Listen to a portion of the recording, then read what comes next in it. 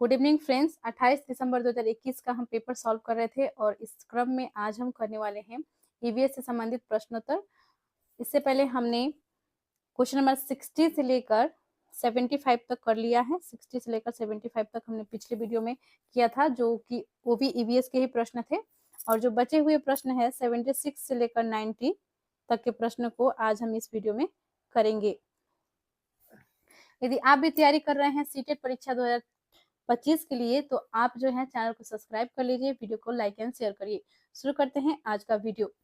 हमारा प्रश्न है, मोहन ने कक्षा में बताया कि उसके पिताजी कुल्हड़ बनाते हैं। तो देखिए, कुल्हड़ आपको पता है, कुल्हड़ जो है एक जो मिट्टी का ग्लास जिसमें आप चाय पीते हैं। आपने देखा होगा बहुत सारे चाय की दुकान में ऐसे कुल्हड़ जो है देखने को मिल जाते हैं, जो कि मिट्टी की बनी हुई रहती है। इसे ही हम कुल्हड़ बोलते हैं। और मोहन के पिताजी क्या करते हैं? कुल्हड़ बनाते हैं। चीजें हम जो बनाते हैं और करते हैं थीम के अंतर्गत आप विद्यार्थियों को चाय बनाने के लिए कुल्हड़ बनाना सिखाना चाहते हैं। आप निम्नलिखित में से कौन से संसाधन का उपयोग करेंगे? तो देखिए, कुल्हड़ बनाने के लिए जो है एक मिट्टी का ग्लास है, तो उसको बनाने के लिए क्या आवश्यकता पड़ेगी? सामुदायिक संसाधन, तकनीकी संसाधन, मीडिया संसाधन, प्राकृतिक संसाधन। तो देखिए, इसके लिए जो है हमें आवश्यकता पड़ेगी सामुदायिक संसाधन, क्योंकि वहां से जो है हमें मिट्टी भी प्राप्त हो जाएगी और लोगों की मदद से जो है हम इसे बना सकते हैं। तो ये किस थीम के अंतर्गत आती है? चीजें जो हम बनाते हैं और करते हैं, इसी थीम के अंतर्गत इसे जो है हाथों से करके सीखना ये आएगा कि आप जो है खुद से बना रहे हैं इस चीज को, यानी आप जो है खुद से कुल्हड़ बना रहे हैं और इसे बनाना सीख रहे हैं। तो ऑप्शन नंबर 1 आपका इसमें करेक्ट हो जाएगा। नेक्स्ट क्वेश्चन पर बढ़ते हैं। क्वेश्चन नंबर 77 है, निम्नलिखित में से कौन सा कथन विज्ञान का सर्वोत्तम वर्णन है? तो देखिए, विज्ञान के लिए जो है सबसे उपयुक्त ऑप्शन कौन सा होगा? आपके ऑप्शंस है, विज्ञान सुव्यवस्थित ज्ञान एवं स्थिर है, विज्ञान ज्ञान की इकाई एवं ज्ञान का निर्माण प्रक्रिया है, विज्ञान संगठित ज्ञान एवं सुव्यवस्थित है, विज्ञान संगठित ज्ञान की इकाई एवं गत्यात्मक है। तो देखिए, जो विज्ञान है, साइंस है, ये जो है एक ज्ञान की इकाई एवं निर्माण की प्रक्रिया है। इसमें जो है बहुत सारे खोज होते हैं, इन्वेंशन होते हैं, वे सभी जो है विज्ञान के अंतर्गत ही आते हैं। इसलिए हम विज्ञान को जो है ज्ञान की इकाई एवं ज्ञान निर्माण की प्रक्रिया कह सकते हैं। ऑप्शन नंबर 2 करेक्ट हो जाएगा। नेक्स्ट है क्वेश्चन नंबर 78, राष्ट्रीय पाठ्यचर्या रूपरेखा 2005 यानी कि नेशनल फ्रेमवर्क 2005 के अनुसार निम्नलिखित में से कौन से कथन ईवीएस सीखने का वर्णन करते हैं? तो देखिए, ईवीएस सीखने के लिए जो है कौन सा वर्णन करते हैं? आपके ऑप्शंस है, पर्यावरण से ज्ञान और कौशल की प्राप्ति। तो क्या पर्यावरण से ज्ञान और कौशल की प्राप्ति होती है? तो होती है। करेक्ट आंसर आपका हो जाएगा। अधिगमकर्ता के बीच विचार और कौशलों का साझा करना। जो सीखने वाले जो बच्चे होते हैं, यानी आप भी एक अधिगमकर्ता ही हैं, क्योंकि आप भी कुछ सीख रहे हैं, अधिगम कर रहे हैं, लर्न कर रहे हैं। ओके, तो लर्न अधिगमकर्ता के बीच विचार और कौशलों का साझा करना, ये भी होता है ईवीएस में। प्रेषित की जा रही जानकारी प्राप्त करना, सिर्फ जो प्रेषित की जा रही है जानकारी उसे ही प्राप्त करते हैं, नहीं, ये आपका ऑप्शन गलत है। और देखिए, अधिगमकर्ता द्वारा सक्रिय निर्माण, ज्ञान का सक्रिय निर्माण, बिल्कुल सही। तो इसमें ऑप्शन आपका ए बी डी सही दिया गया है, सी गलत है। ठीक है, तो देखते हैं, डी ए बी दिया गया है ऑप्शन नंबर 4 में। ऑप्शन नंबर 4 आपका करेक्ट हो जाएगा। आंसर जो है आप कमेंट कर देते हैं, जब तक मैं करेक्ट आंसर नहीं बता दूं उससे पहले ही आप खुद के एडजस्टमेंट के लिए, आकलन के लिए जो है कमेंट के थ्रू आंसर करें, ताकि आपका जो है इससे प्रैक्टिस पढ़ सके। तो देखते हैं नेक्स्ट क्वेश्चन। क्वेश्चन नंबर 79 है, निम्नलिखित में से कौन सा कथन प्राथमिक स्तर पर पर्यावरण अध्ययन की सर्वोत्तम व्याख्या करते हैं? तो आपके ऑप्शन है, पर्यावरण पढ़ाया जाने वाला एक विषय। तो देखिए, प्राथमिक स्तर पर जो है पर्यावरण अध्ययन का सर्वोत्तम व्याख्या कौन सा है? पर्यावरण पढ़ाया जाने वाला एक विषय है, कक्षा 1 से 5 में अध्ययन किया जाने वाला एक विषय है, बालक के परिवेश से संबंधित एक विषय है, विभिन्न थीम उप विषय से संबंधित एक विषय है। तो क्या है करेक्ट आंसर? तो देखिए, आपका इसमें उपयुक्त ऑप्शन जो है वो 3rd नंबर होगा, क्योंकि बालक के परिवेश से संबंधित यह जो है एक विषय है, पर्यावरण अध्ययन। ऑप्शन नंबर 3 करेक्ट हो जाएगा। नेक्स्ट देखते हैं, पर्यावरण अध्ययन की कक्षा में रीता अपनी शिक्षिका से पूछती है कि उससे मेहमानों के लिए चाय बनाने की अपेक्षा क्यों की जाती है, जबकि उसके भाई से ऐसा करने की अपेक्षा नहीं की जाती है? क्या यह पर्यावरण अध्ययन से संबंधित मुद्दा है? तो देखिए, हम अक्सर ये देखते हैं लड़कियों से जो है चाय बनाने की कार्य जो है कराया जाता है, लेकिन वहीं पे उनके भाई है, बड़े भाई है या छोटे भाई हैं, उनसे जो है इस प्रकार से कार्य नहीं कराया जाता है, लेकिन जो उनकी सिस्टर है तो उनसे फिर ये सभी कार्य जो है कराया जाता है। तो हम ये अपना डेली लाइफ में देखते हैं या खुद भी एक लड़की के तौर पर करते हैं, और लड़कों को जो है ये कामों में उतना इन्वॉल्व नहीं किया जाता है। तो इसके पीछे क्या कारण है, और क्या ये जो मुद्दा है ये जो है आपके पर्यावरण अध्ययन से संबंधित मुद्दा है या नहीं है? तो देख लेते हैं ऑप्शंस में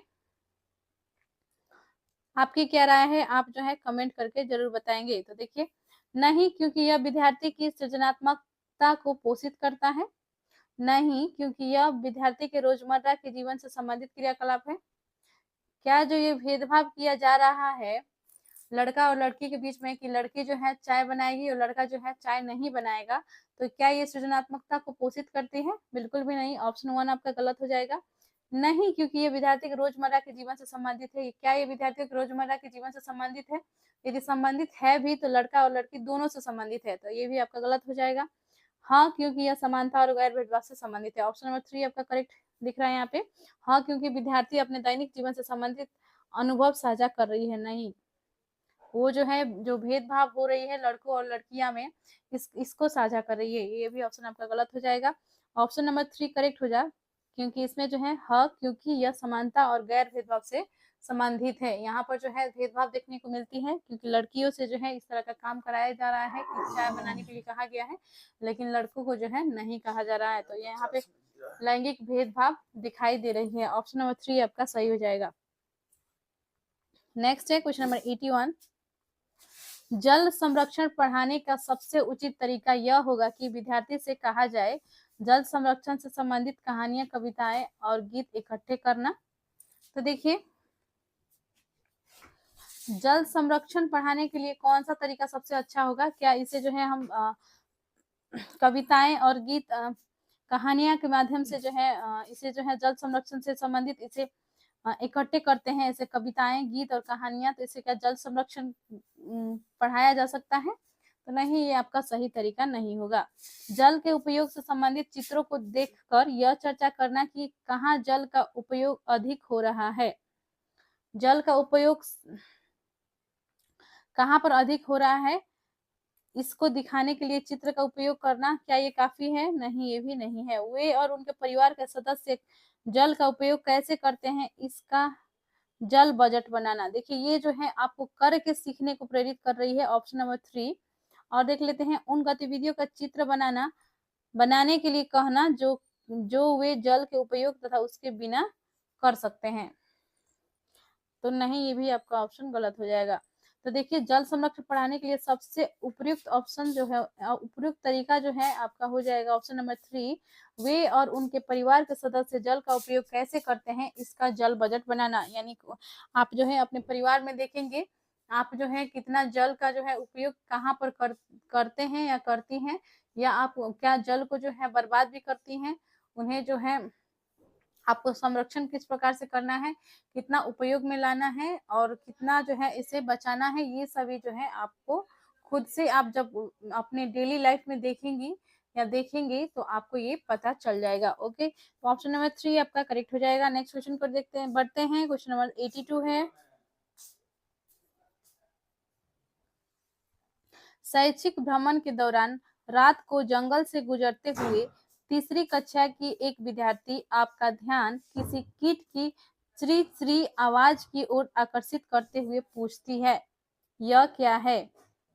एक अन्य विद्यार्थी जवाब देता है, यह सितारों की चमकने का आवाज है। क्या आप क्या करेंगे? यहाँ पे देखिए क्या हुआ है कि जो बच्चे जो है शैक्षिक भ्रमण में निकले हुए हैं और रात में जो है जंगल से गुजर रहे हैं, उसी दौरान क्या होता है कि वहां से जो है कुछ आवाजें आती हैं, ची ची की आवाजें आती हैं। यहाँ पे देखिए ची ची की आवाज आती है, और जो बच्ची है यहाँ पे वो जो है विद्यार्थी जो है उसकी ओर आकर्षित होती है, तो वो पूछती है कि ये क्या है, ये कैसी आवाज है। तो एक जो उसके साथ जो विद्यार्थी होता है वो ये बताता है कि ये जो है सितारों के चमकने की आवाज है। तो क्या ये सितारों की चमकने की आवाज है? नहीं, ये सितारों की चमकने की आवाज नहीं है, बल्कि ये जो है किसी कीट द्वारा उत्पन्न कोई आवाज है। तो देखिए आप इससे में क्या करेंगे, इस दौरान आपको क्या रिएक्ट करना चाहिए देख लेते हैं। आपके ऑप्शन है, विद्यार्थी को सही बताएंगे कि यह एक कीट की आवाज है। क्या आप उन्हें डायरेक्टली बता देंगे कि ये जो है कीट की आवाज है, सितारों की चमकने की आवाज नहीं है? नहीं, आपको डायरेक्टली नहीं बताने हैं। अन्य विद्यार्थियों से उनकी प्रतिक्रिया साझा करने को कहेंगे। अन्य विद्यार्थियों को भी आप उनमें इन्वॉल्व कर सकती हैं। आप जो है पूछेंगे कि क्या जो ये आवाज आ रही है, आप लोग को क्या लगता है ये कैसी आवाज है? आप अन्य बच्चों से भी पूछ सकते हैं, सवाल कर सकते हैं। तो ऐसे क्या होगा कि वो बहुत कुछ और भी बच्चे एक साथ सीख जाएंगे। ठीक है, तो ये आपका सही तरीका होगा। इस व्याख्या को स्वीकार कर लेंगे, क्योंकि अगली कक्षा में विद्यार्थी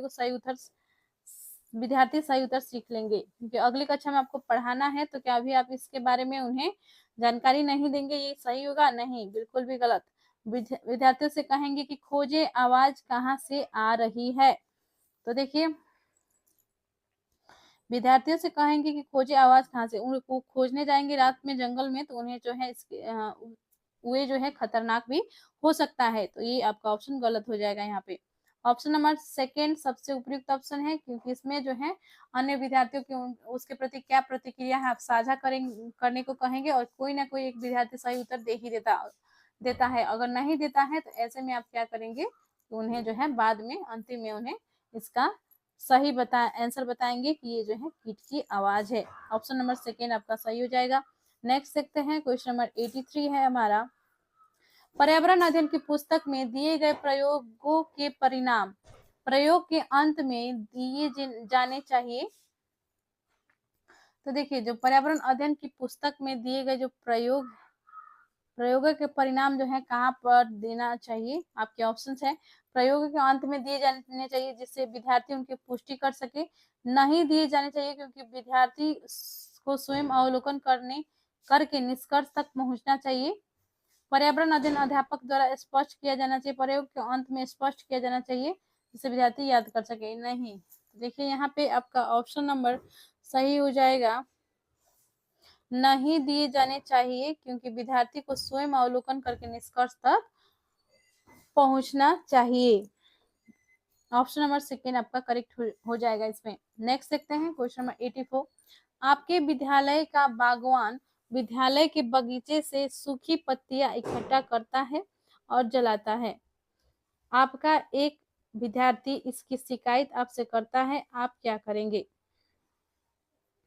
तो देखिए क्या हो रहा है कि आप जो है एक शिक्षक के तौर पर है, और यहाँ पर जो है एक विद्यार्थी है जिसने क्या देखा कि विद्यालय का जो बगीचा है, वहाँ का जो बागवान है, वो क्या करता है कि बगीचे से सूखी पत्तियां इकट्ठा कर लेता है और उन्हें जला देता है। तो इसके बारे में जो है एक विद्यार्थी आपसे आके कह रहा है, शिकायत कर रहा है कि ऐसा जो है उसने किया है। तो आप क्या करेंगे, आपका क्या रिएक्शन होगा इसके प्रति? तो देखिए यहाँ पे ऑप्शन है आपके। फर्स्ट, विद्यार्थी को समझाएंगे कि बागवान बगीचे के कचरे को कम कर रहा है। विद्यार्थियों से सूखी पत्तियां इकट्ठी करने में बागवान की मदद करने को कहेंगे तथा खाद बनाने में सहायता करेंगे। और देखिए बागवान से बात करेंगे और ऐसा निर्देश देंगे कि वो ऐसा ना करे, क्योंकि यह पर्यावरण के लिए हानिकारक है। तो क्या निर्देश देना काफी है? तो फिर निर्देश अगर आप दे देते हैं कि वहां पर से जो है सूखी पत्ती आप मत उठाओ, न मत जलाओ, तो क्या उसी तरह उसे छोड़ देना चाहिए? तो नहीं, ये भी आपका ऑप्शन गलत हो जाएगा। और देखिए प्रधानाध्यापक से कहेंगे कि वो इस समस्या को सुलझाए, क्योंकि इससे विद्यालय का वातावरण प्रदूषित हो रहा है। नहीं, आपको खुद कुछ करना है, इसमें सिर्फ इंस्ट्रक्शन देना काफी नहीं है। तो देखिए यहाँ पे विद्यार्थियों को समझाएंगे कि बागवान बगीचे के कचरे को कम कर रहा है, लेकिन जब जला रहा है तो फिर तो वायु प्रदूषण तो बढ़ रही है ना। तो ये आपका ऑप्शन गलत हो जाएगा। ठीक है, विद्यार्थियों से सूखी पत्तियां इकट्ठी करने में बागवान की मदद करने को कहेंगे और खाद बनाने में सहायता करेंगे। ये आपका सबसे उपयुक्त ऑप्शन हो जाएगा, क्योंकि इससे जो है जब वो सड़ेगा तो उससे जो है खाद बनेगी, तो फिर से जो है मिट्टी में जब ये डलाएगा तो मिट्टी उपजाऊ होगी और फसल उगेंगे। तो ऑप्शन नंबर सेकेंड आपका इसमें करेक्ट हो जाएगा। नेक्स्ट देखते हैं, क्वेश्चन नंबर सेकेंड सही है। क्वेश्चन नंबर 85 है। क्वेश्चन नंबर 85 है, निम्नलिखित में से कौन सा कोऑपरेटिव लर्निंग सहयोगात्मक अधिगम के आवश्यक तत्व है? तो देखिए आपके ऑप्शन है, विद्यार्थियों के समूह में कार्य करते हैं। तो कोऑपरेटिव लर्निंग क्या होता है कि सहयोगात्मक अधिगम होता है, यानी कि एक दूसरे के सहयोग से जो है या एक दूसरे को सहयोग करते हुए जो है अधिगम करना, लर्न करना, इसे हम कोऑपरेटिव लर्निंग कहते हैं, सहयोगात्मक अधिगम कहते हैं। तो इसका कौन सा जो है आवश्यक तत्व है देख लेते हैं। आपके ऑप्शन है, विद्यार्थी समूह में कार्य करते हैं, और देखिए विद्यार्थी समूह में कार्य करते हैं, विद्यार्थी समूह में साझा करते हैं, विद्यार्थी अपने अपने समूह में सकारात्मकता के साथ प्रतियोगिता करते हैं, विद्यार्थी एक दूसरे की सहायता करते हैं। तो देखिए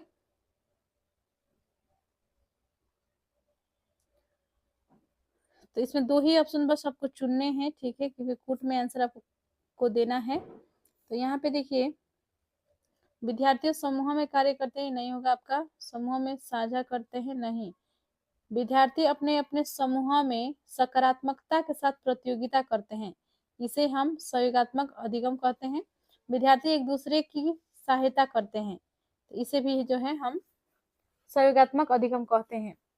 ठीक है, ऑप्शन नंबर आपका इसमें 3 सही हो जाएगा, सी और डी करेक्ट है। ओके, 3 सही है। नेक्स्ट है क्वेश्चन नंबर 86, कक्षा में अध्यापिका सभी विद्यार्थियों से पूछती है कि कपड़े कैसे धोए जाते हैं। विद्यार्थी जवाब देते हैं कि अपनी माताओं को विभिन्न तरीकों जैसे साबुन लगाकर, पत्थर पर कपड़े रगड़कर धोने, कपड़े धोने का लकड़ी का बेट से धोकर, ब्रश लगाकर और वॉशिंग मशीन से कपड़े धोते हुए देखते हैं। निम्नलिखित में से कौन से कथन अध्यापिका द्वारा चर्चा करवाए जाने की सर्वोत्तम व्याख्या है? तो यहाँ पे देखिए अध्यापिका ने क्या पूछा है कि अध्यापिका ने एक सवाल पूछा है कि कपड़े कैसे धोए जाते हैं। तो कपड़े कैसे धोए जाते हैं, इसका विभिन्न तरीका जो है बच्चों ने बताया।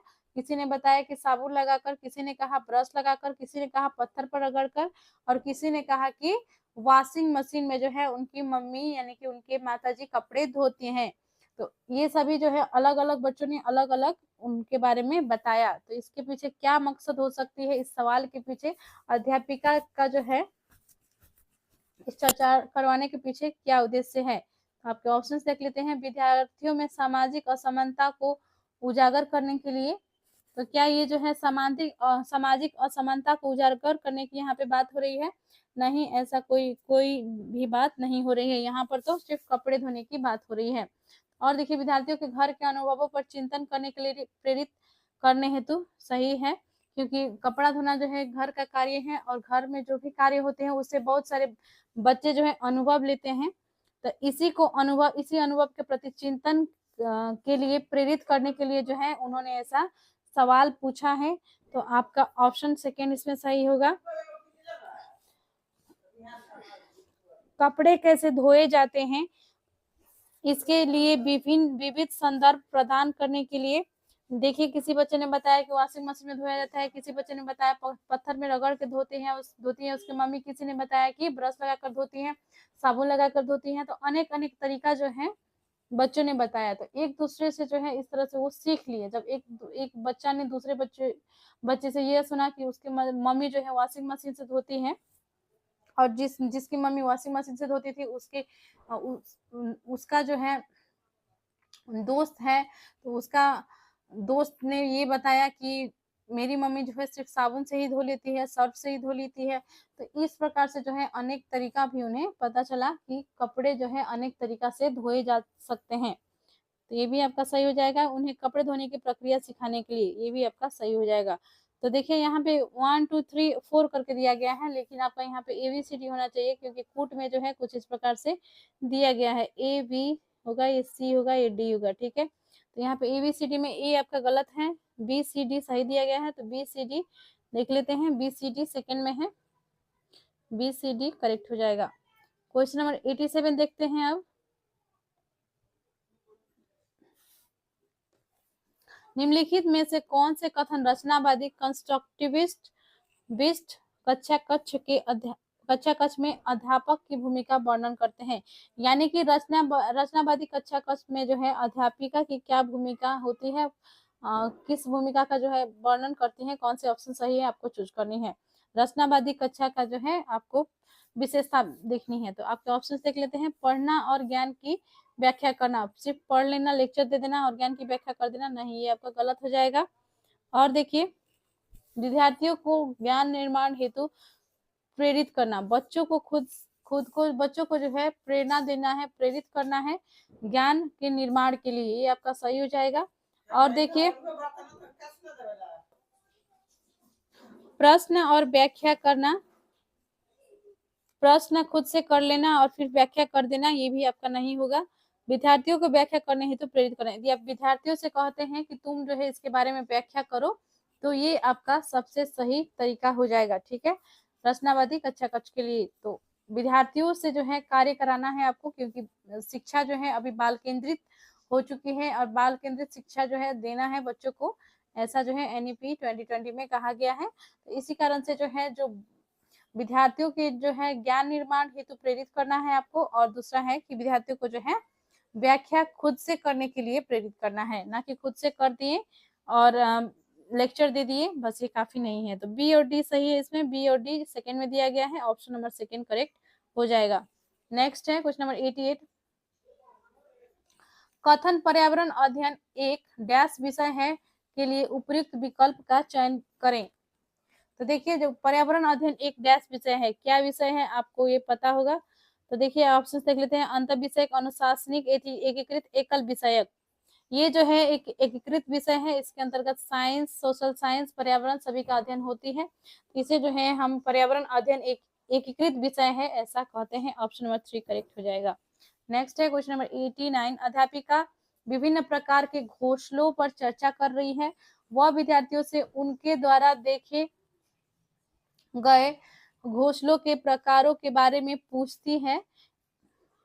अध्यापिका विभिन्न प्रकार के घोंसलों पर चर्चा कर रही है, वह विद्यार्थियों से उनके द्वारा देखे गए घोंसलों के प्रकार के बारे में पूछती है। तो अध्यापिका क्या कर रही है, घोंसला के बारे में चर्चा कर रही है, और जो घोंसले जो चिड़िया के घर होते हैं उन्हें हम घोंसला कहते हैं, घोंसलों का बारे में जो है विद्यार्थियों से पूछ रही है कि जो है किस प्रकार का घोंसला जो है तुम लोगों ने देखा है, इस प्रकार से। ठीक है, तो एक विद्यार्थी कहता है कि कुछ दिन पहले एक चिड़िया ने उसके घर की बालकनी पर घोंसला बनाया था, लेकिन उसकी मम्मी ने यह कहकर उसे हटा दिया कि बालकनी टहनियों और चिड़िया की बीट से गंदी हो रही है, अध्यापिका को क्या करना चाहिए। तो देखिए, ऐसे में एक बच्चा, जब उन्होंने सवाल किया कि आप लोग ने जो है किस प्रकार के घोंसलों को देखा है, तो एक बच्चा ने क्या कहा, एक बच्चा ने यह कहा कि मेरी बालकनी में जो है एक चिड़िया ने घोंसला बनाया था, लेकिन उसकी जो मम्मी थी उन्होंने घोंसला को हटा दिया, यह कहकर कि वहां पर जो है गंदगी फैल जाएगी। तो देखिए ऑप्शन देख लेते हैं क्या क्या है। ऐसे में जो है अध्यापकों को क्या करना चाहिए आपको बतानी है, आप क्योंकि एक शिक्षक हैं, यानी कि आप शिक्षक जब बनेंगे तो आप इस स्थिति में क्या करेंगे आपको बतानी है। तो देखिए, सबसे पहले है विद्यार्थी की मम्मी से बात करके उन्हें बताना चाहिए कि उन्होंने घोंसला हटाकर गलत किया। क्या आप उनकी मम्मी से मिलेंगे और बोलेंगे कि उन्होंने जो किया वो गलत किया? नहीं।